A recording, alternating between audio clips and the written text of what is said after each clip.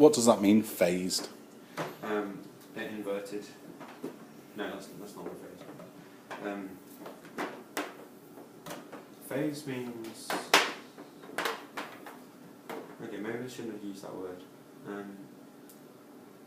Phase is when you've got two actual sound signals coming towards you, but they're very slightly delayed. So you have there's kind of a weird effect that sounds like I don't know, like a chorus effect or something. It sounds like scanning. But it's actually how our ears work, isn't it? Yeah. Okay. So what are you doing there? Plugging it into... What do you need to make sure as you're plugging it in? I need to make sure I'm putting it into an input instead of an output. So I'll put that into channel 5 now. And as I plugged it in, I saw...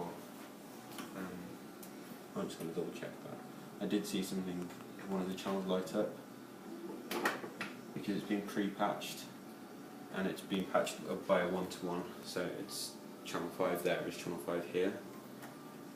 So if I was to, because the amps are all powered on now, if I was to actually start speaking to the mic, I should hear things out there. Do you want to test it? Yeah, I might as well.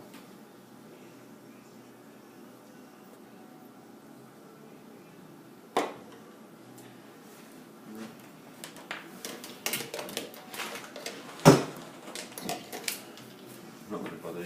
Usually we open that from outside, but there's we've got our doors, because you can see the seating banks away, so it's a safety risk to go out there.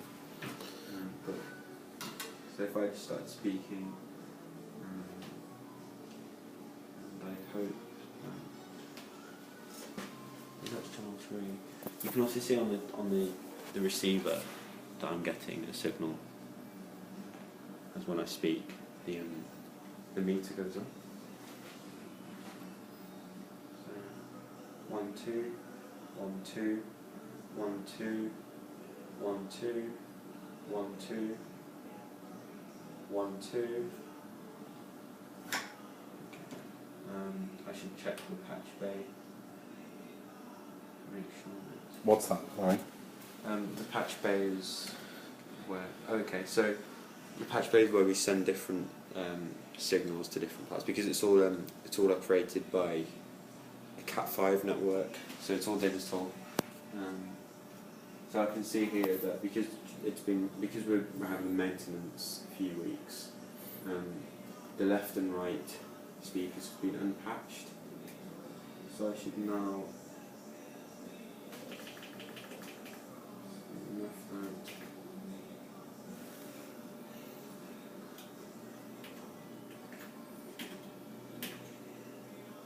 And hopefully if I start speaking again, 1 2 1 2 1 2 1 2.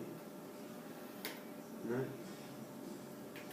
It's actually quite inconvenient to have it on this day, as it is maintenance, and people have been messing with the day. That's fine. I mean, really, it's just sort of rigging up. I know that should be working. Yeah, I can see it all working. What sort of issues do you need to look for that could go technically wrong, apart from obviously one that we found here? What else could go technically wrong? Well, just with microphones in general, or no, with radio mics. with radio mics, we need to make sure we've got a constant supply of power for both this receiver, the transmitter, and this pack as well. What's it run on? Sorry? What does it run on? Batteries. Don't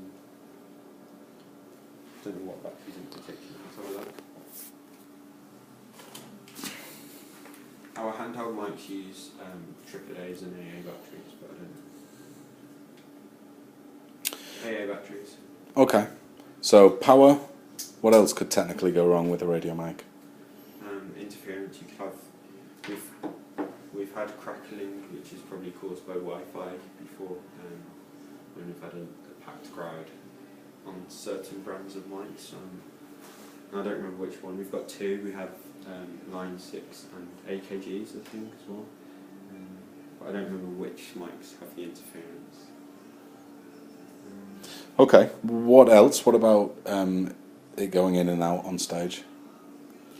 Well, that's going in, leaving the stage and coming back. No, like the sound, the connection. How do you check for things like dead spots? If you wanted to check for dead spots, we'd walk around the entire,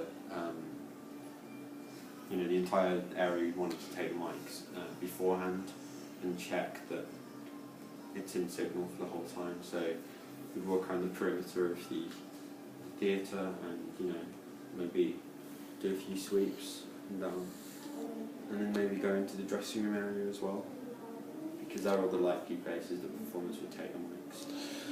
What sort of things do you need to consider in different sized venues? This is quite a smallish venue, isn't it? It's medium sized.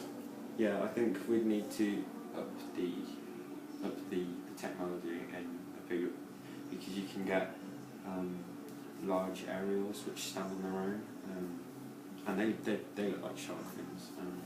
So you can get those, and I don't know how many they use in big theatres, but I can imagine there being quite a few to make sure you can have that entire range. Yeah. Okay.